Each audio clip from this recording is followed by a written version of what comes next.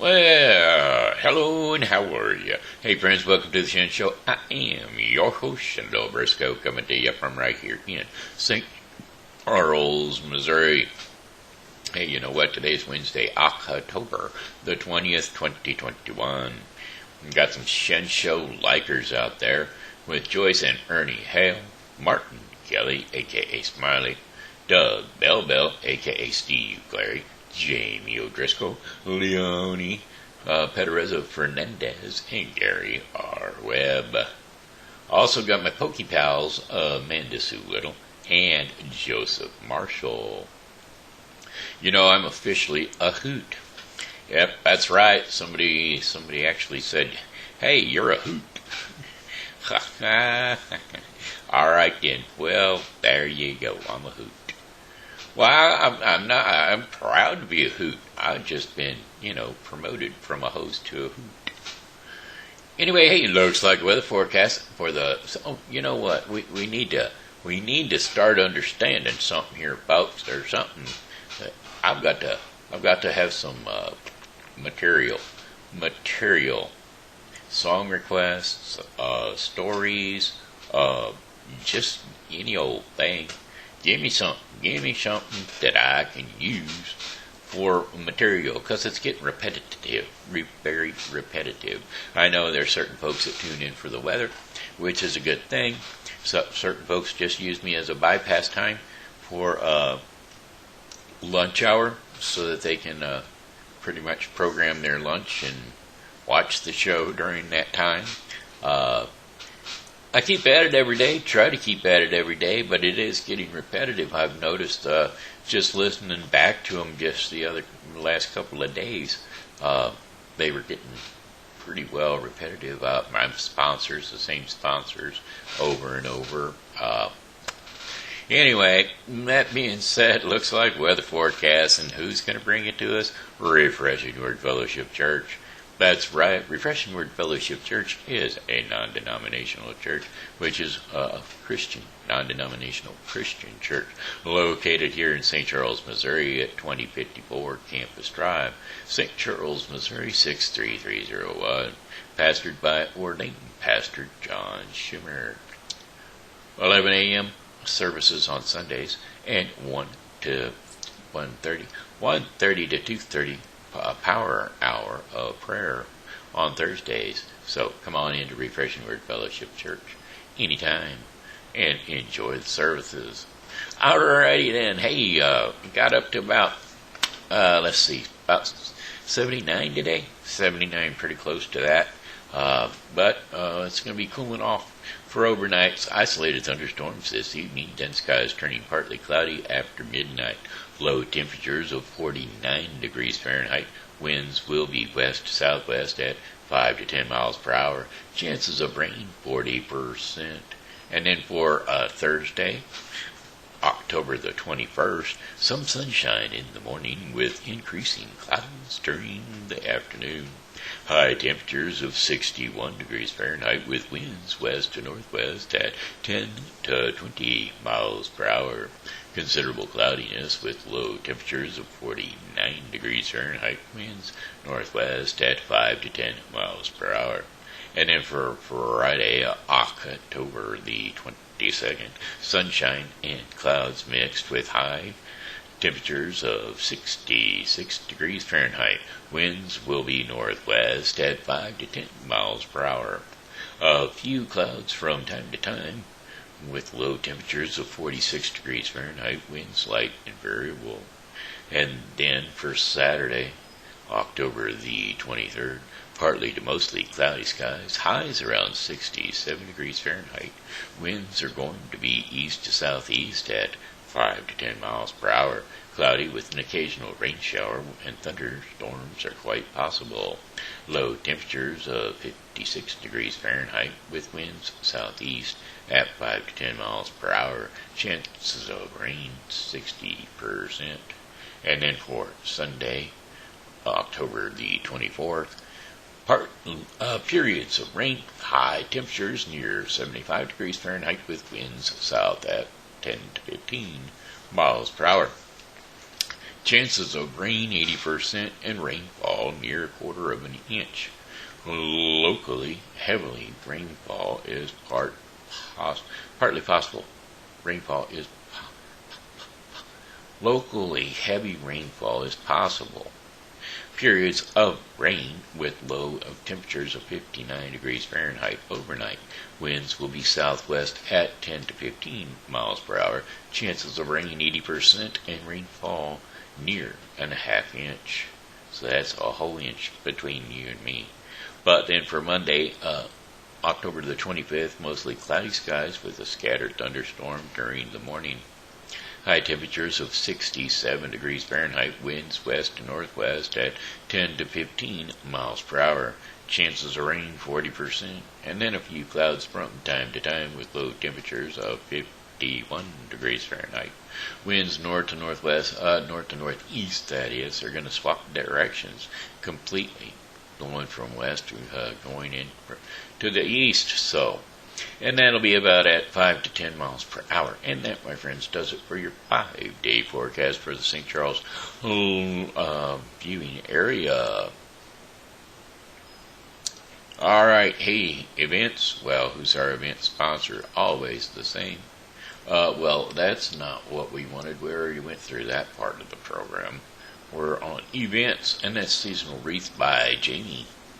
We've got holidays coming up, and I'll tell you what, folks, there is no better way to find decorations for your home than to go to Seasonal Wreaths by Jamie, so that she can, she's the one called for it all. That's right, she can do it all. Decorations for your tables, for your doors, whatever it is, she's great. Go on her Facebook page, Seasonal Wreaths by Jamie, and peruse the pictures of her past products and her future products. Things she's working on right now, so that you can be excited and bye.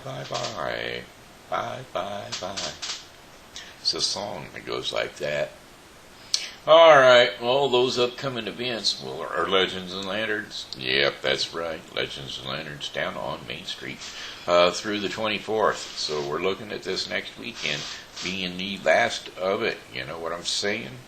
Down on Main Street. But you'll get a chance to ride the hay wagon. I haven't checked with my son to see if he'll be down there this weekend or not, driving. I'm not sure if he drives this weekend or not. But anyway, yeah, it'll be the 22nd, 23rd, and 24th. Those will be your final days. 5 to 8 p.m. on the 22nd, 11 a.m. to 8 p.m. on the 23rd, and 12 noon to 5 p.m. on the 24th. So, there you go. That's your chances to get to visit Legends and Lanterns down on Main Street. Alright, and the other little fair things going on down there is the Pumpkin Glow. That'll be on October the 22nd. You notice as we creep on into Halloween time, it gets colder and colder. That's right, it does. Always gets colder and colder. I don't get it. Well, I guess it's those changes to the seasons. I used to love it, but nowadays, with my poor circulation and my not being able to move around a whole lot, my body temperature just drops right out. So, a little cold pretty much frees me up.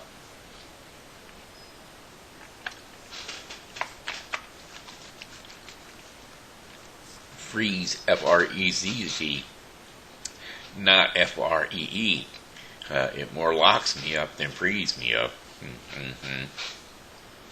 Anyway, come on down for the Pumpkin Glow in historic Main Street from 5 p.m. to 9 p.m. on October 22nd and October 23rd. So that'll be cool too. All cool too. What else is going on? The Autumn Harvest. I think that's going to cost them, though. Autumn Harvest in October. It said something about... Yeah, Autumn Harvest is a pay for thing. It's pay for. Don't do pay-fers, remember? St. Charles Farmers Market. I think this is the last one of the year, though. Says through 23. So, yep, this is the last one of the year. 500 North Riverside Drive, St. Charles, Missouri. That would be at the Art Foundry parking lot, pretty much. St. Charles Farmers Market is operated by the St. Charles Lions Club and offers produce, baked goods, jams, eggs, soaps, and much, much more from 7 a.m. to 12 p.m. on, what's that, Saturday, I guess, the 23rd? 23rd. We'll look right over there. It's Saturday, yeah. So, and it's the last one of the season, so get in there, folks. Get your chance. I should have been advertising them for every week they had them. But I didn't. I should have did, though. I should have did. Really. Alright, what else is going on? Symphony Halloween concert, St. Peter's Cultural Arts Center. I imagine that's not going to be free. But you never can tell. Yeah, free, 7 p.m. First St. Peter's Center Boulevard, St. Peters, Missouri. At the St. Peter Cultural Arts Center. Free admission, 7 p.m. at night. And that is on the, what day did I say? October 26th. This symphony is dedicated to promoting and performing free traditional music throughout the St. Charles County area. Please join us for an evening of music. Admission is free. St. Peter's, number 1, St. Peter's Center Boulevard, St. Peters, Missouri, 63376. That's out there in St. Peters. Off Mexico Road, I'm pretty sure. I think we used to practice guitar out there. Acoustic guitar for Frank's Heroes. I think that's where we went. I think it was Frank's Heroes that I was there with. I do digress. And then October 31st, that will be your trick-or-treat on Main, folks. Get your little pumpkin heads down there from 3 to 5 p.m.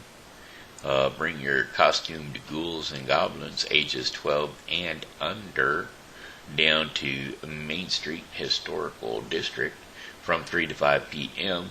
on October the 31st. And that, my friends, is your events planned out for the St. Charles area. Now we're going to try reading the story, but we're hoping it's not going to be too long. The story is The Sword in the Stone. And so we're going to try to get it along. Long ago in England, a wise and just king ruled the land. His name was King Uther. Well, time is for good, and the people lived well. And King Uther wanted a magician at court. And so he chose a famous magician, Merlin. And Merlin could see into the future, and he knew those good days were not going to last. Well, King Uther, I'm going to say Arthur. I don't know why they spelt it with a U. King Arthur and the Queen Guinevere, so I know it's Arthur, had a child, a baby son. At a castle party for the royal birth, Merlin, the magician, took the king aside. He said, "Sire, there is something that you must know. Soon a great darkness will fall over this land. Your child is in great danger. Let me take the baby far away. I will be sure that he stays safe." "Well, Merlin," said the king in surprise, "you are a great magician, and you are my friend, but there is no way in the world let anyone take our child away." Well, sadly, soon after the child's birth, the queen died, and not long after, the King Uther was killed in a battle. Arthur. was killed in the battle, and that very night Merlin swept into the castle and took the child. The next morning the royal nurse went into the nursery, and alas, an empty crib. In fear, the nurse, the nobles, and the servants looked everywhere, but the baby was gone. For years there was no king to sit on the throne, no king to set the laws. Men of high rank fought each other to be king. Darkness fell over the land. Robbers and bandits of bands of wild men ruled the streets of London. Evil men broke into houses and took whatever they wanted. Travelers on the roads were jumped and robbed, and the people of England lived in fear. Yet far away there was a quiet place. A good knight, Sir Ector, lived in peace with his 2 sons. His first son was named Kay.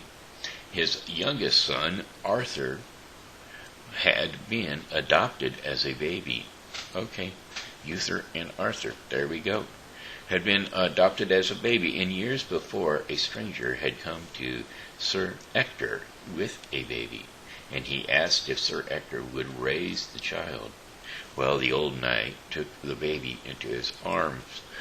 Glad for a second child, he named the baby Arthur, and raised the child as his own. When Arthur was 10 years old, the same stranger returned to Sir Ector's home. He could read and write, and so Sir Ector hired him to teach his 2 sons. Kay could not sit still for lessons, and he stopped coming.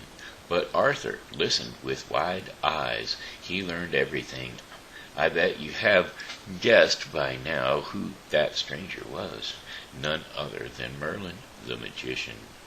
Now at the end of each day, when Arthur had finished his courses, that was time for the lesson. Well, Merlin would sit with Arthur and for hours and teach him about the world. Arthur was a thin lad, not strong like his big brother, Kay, and Merlin has said not to worry about that. He said what mattered most was to have a heart that was big and strong. And Merlin saw how the birds, foxes, and deer followed Arthur, and he could see that the boy had a very big and strong heart. Well, by the time Arthur was 16, his brother Kay had become a knight. And he was now called Sir Kay. Arthur loved nothing more than to serve his brother as a squire. He kept great care of his brother's tunic and helmet, his spear and lance. One day, at lesson time, Merlin looked away, and he stood up. "And what is it?" said Arthur. "The people need hope," said Merlin. "Arthur is something I must do. I must go now." Well, that night, when the nighttime was at its most dark, Merlin, the magician, came to London's market square. He stood in the middle of the square and he held both his arms high and pointed his wand to the stars. The next morning at dawn, people started to arrive at the market, and there in front of them was something most odd. A block of white marble stood in the middle of the town square. Resting on the block was a giant stone, the size of a very large rock. At the very top of the stone there was a golden sword handle and a few inches of blade shining in the sun. Yet this was most odd, and the rest of the blade was buried deep into the stone. None of this was there the day before. What's more, these words could be seen on the top of the blade. Whoever pulls out this sword from this stone is the true king of England." And as soon as the crowd knew about the message, men jumped up to the white marble block. One after another they gave the sword a yank. Each tried and tried, but the sword stuck fast and it would not move. One said in gloom, "There is no man alive who could pull out that sword." "Well, we'll see about that," said a voice in the crowd. The Duke of Cornwall, dressed in silks and ribbons, stepped up to the white marble block. Hear ye, he said. "I call for a tournament to be held 1 month from today. Knights from anywhere and everywhere in England are invited to come. There will be contest and prizes and a grand feast for all." The Duke said to his wife, the Duchess, "If I know men, this tournament will draw the strongest, finest knights in all of England." Said the Duchess, "Good idea, my dear. All we need is one knight who is so strong he can pull out that sword from the stone. Then we will have a king again, at last." Well, the people danced and cheered, and at last there was something to feel happy about. News of this tournament traveled fast, from castle to village and village, and everyone far and every far corner of the land.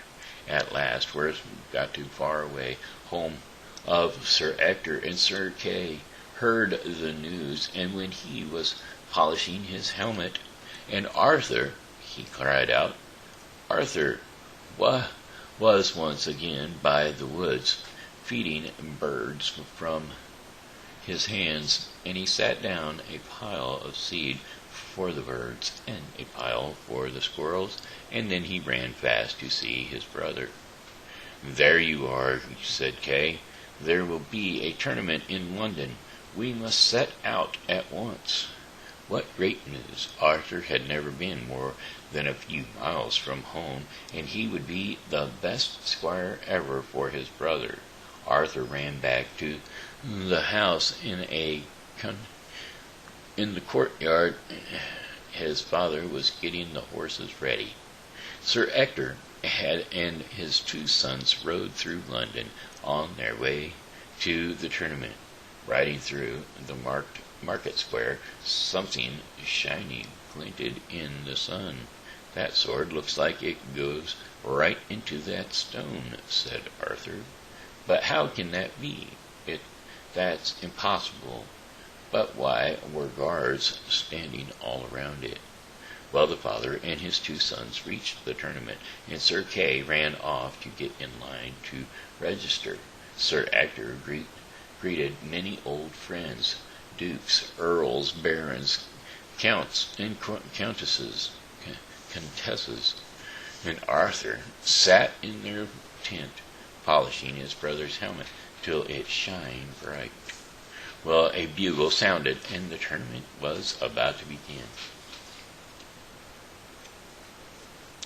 "Get my sword," demanded Kay, and right away, said Arthur. But where was it? Arthur looked around in panic. Kay's spear, battle axe, and dagger were right where they should be, but no sword. "Kay," he said, "how about a battle axe?" "Arthur, I said my sword." "Yes, of course," said Arthur, "but just a moment." "Be quick about it," said Kay. Arthur ran back into the tent. Maybe he had left Kay's sword there. He searched throughout the bag of armor and weapons, and how could he have left such a thing happen? Then he had an idea. Very fast Arthur rode back to the market square. The guards were not there any more. They must have all gone to the tournament. Well, Arthur stepped up on the marble block. "Let's see if that sword can get unstuck." and he took hold of the handle of the sword, and he moved the sword a bit. "Hey," he said, "it's looser than I thought." And with one big tug, the sword slid out, and Arthur was thrown back. But that sword was safe in his hands. "I will be sure to bring it right back." He raced to where his brother was waiting. "Here it is," he said, handing the sword to his brother. And Kay took one look. "Oh," he said in surprise. "What is this?" said Arthur, but his brother was gone. Soon after, he heard his brother's voice outside the tent. "Father, I have something to show you." Kay and his father stepped inside the tent. "Look," said Kay. He pointed to the sword. Sir Ector started. His face turned white. Kay said, the father facing his older son, "Where did you get this sword?" "It's mine," said Kay, holding it close to him. "I have it now." "Kay," said the father again in a stern voice, "I will ask you one more time. Where did you get this sword?" The young knight's head dropped down. "From Arthur," he said. "He lost my sword somehow, and he got this one." "Arthur?" The father turned to his younger son. "How is it that you came by this sword?" "I'm sorry," said Arthur. "Father, I will put it back right away. I only meant to borrow it when I pulled it from the stone." "You must take us to where you found this sword at once." And the three of them rushed over to the market square. Arthur climbed up onto the marble block. "It came from here," he said, and he lifted the sword over his head, and then he dropped the blade flat back into the stone. "Now it is back," he said. And, "Hey," said Sir Kay, "I still need a sword." He jumped up on the marble block. Grabbing the hilt of the sword, he pulled, and he pulled, but it did not move. Kay shouted to Arthur, "What did you do to it?" "Nothing," he said. "You must have done something," yelled Sir Kay. "Hush, boy. Hush up, both of you," said the father. "It is better if no one sees or hears us." But it was too late. A crowd had already started to form. "Hey, did you pull that sword out of the stone?" called one. "Yes," said Arthur, "I did." "Do it again," called another from the crowd. "Yes, let's see it." Arthur put his hands around the golden handle, and with one tug the blade slid out. "Who are you?" called another voice. "What is your name?" "Arthur," said the lad. "Wait a minute. Put that sword back." A tall knight pushed forward from the crowd. "Anyone can pull it out. Once it's been pulled out. Go ahead, put it back, son," said a voice, and it was the Duke of Cornwall, and this one who had called for the tournament. "All right," said Arthur, and he slipped the blade back into the stone with ease. Let me at that now," said the tall knight, and he jumped up and he grabbed the handle of the sword, but pulled and tugged as he might, the sword would not move, not even a bit. Another knight tried, then another, but no one could move the sword, and some waited, thinking the longer they pulled the sword, the looser it would get. But when each man took their turn, the sword did not move for them. "Let the lad try now," said the Duke of Cornwall, and Arthur, go ahead. Arthur stepped up to the stone again, and in one motion he freed the sword. This time he held it high above his head, and the blade flashed in the sun. Amazed, the crowd did not know what to think. "You know what? I probably ought to. Oh well, I may as well read it. Didn't know what to think. I'm gonna check the time though, Craig. Yeah, Craig, it's 28 minutes, 29. So you better head on in. You'll have to tune in tomorrow or later on today after you get off work to find out the rest of the story. But here we go. Anyway, for the rest of you, here we go. So, one called out at last, and he must be our new king.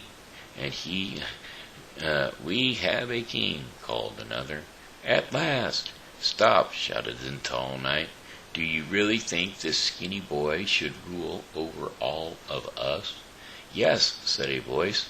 All eyes turned around, and it was Merlin the magician. I know this boy. I know his heart. There is no one in England who has a heart that is bigger and stronger than his. The sword has told us this. This young man is to be the next king of England. And there is something else.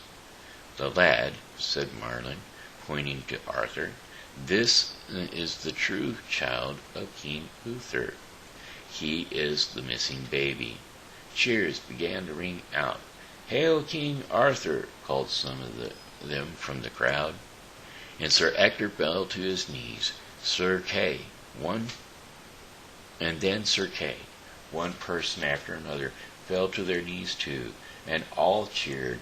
At last a king had been chosen, a fresh young king, and a new day for England. The end. All right, hey, that was a long one, but it was good. What do you think? All right, kids, that's probably it. You may have fell asleep already. But anyway, hey, it looks like it's our Daily Bread portion of the program. And the Daily Bread portion of the program is going to be brought to you by The Bible with Briscoe 2021. The Bible with Briscoe 2021 is a daily reading of the Bible to be completed within 1 year. Today's reading in the Bible with Briscoe 2021 is Isaiah 59 through 61 and 2 Thessalonians 3. So don't forget to tune into the Bible with Briscoe 2021 for your daily reading of the Bible. Alrighty then, here we go. Crumbled from within. That will be our devotion for today. And scriptures today will be Psalms 32, 1 through 5, and Matthew 7, 1. So here we go. Psalms 32, 1 through 5. Blessed is the one whose transgressions are forgiven, whose sins are covered. Blessed is the one whose sin the Lord does not count against them, and in whose spirit is no deceit. When I kept silent, my bones wasted away through my groaning all day long. For day and night your hand was heavy on me, and my strength was sapped as in the heat of summer. And then I acknowledged my sin to you, and did not cover up my iniquities. I said, I will confess my transgressions to the Lord. And you forgave me, and you forgave the guilt of my sins. That was Psalm 32, 1 through 5. And now we will read Matthew 7, 1 through 5. Judging others. Do not judge, or you too will be judged. For in the same way you judge others, you will be judged, and with those measures you use, it will be measured to you. Why do you look at the speck of a sawdust in your brother's eye, and pay no attention to the plank in your own eye? How can you say to your brother, let me take the speck out of your eye, when all the time there is a plank in your own eye? You hypocrite, first take the plank out of your own eye, and then you will see clearly to remove the speck from your brother's eye. And that was Matthew 7, 1 through 5. Which concludes our Daily Bread portion of the program today that was brought to you by The Bible with Briscoe 2021. The Bible with Briscoe 2021 was a daily reading of the Bible to be completed within 1 year. So Don't forget to tune in to the Bible with Briscoe 2021 for your daily reading of the Bible. Alrighty then, that's it, that's all. What's this? Wake up. Close window.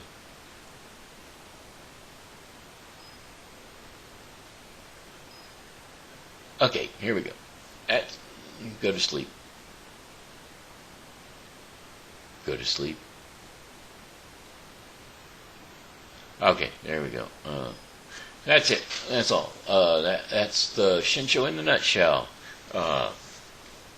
So, I just got one song for you today, and that would be, "Well, goodbye, my friends, it's time to go. I said goodbye, my friends, it's time to go. I hate to leave ya, but I really must go. So goodbye, my friends, goodbye." Yep, this here's Ben Shenandoah Briscoe saying hello and how are ya? Thanks for tuning in to the Shen Show, and as always, you know, God loves you and so do I. So come back and see us tomorrow, because, well, hey, I'll be here, and I hope that you are too.